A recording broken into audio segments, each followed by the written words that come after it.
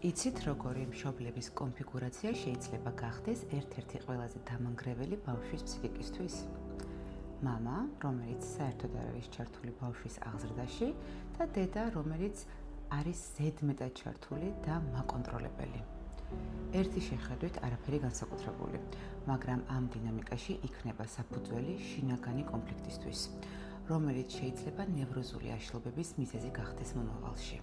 როდესაც ერთი მშობელი არ მონაწილეობს ბავშვის აღზრდაში, იქ სიცარიელი ჩნდება და ეს უბრალოდ სიცარიელი არ არის, იგი ივსება შფოთვით, შიშით და მოლოდინებით, არასაკმარისობის განცდით.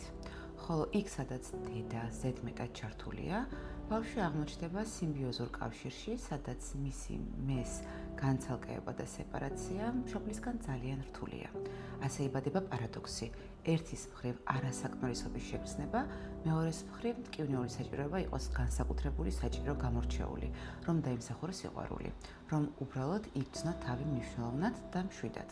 წლებთან ერთად ეს კავშირი გადაიქცევა შინაგან გახლეჩად, უსარგებლობასა და მუდმივ შეგრძნებას შორის, რომ შენზეა დამოკიდებული ვიღაცის ცხოვრება, სხვისი ემოციები, მოლოდინები, ბედნიერებაც, რაც ზრდის დანაშაულის შეგრძნებას და შფოთვას.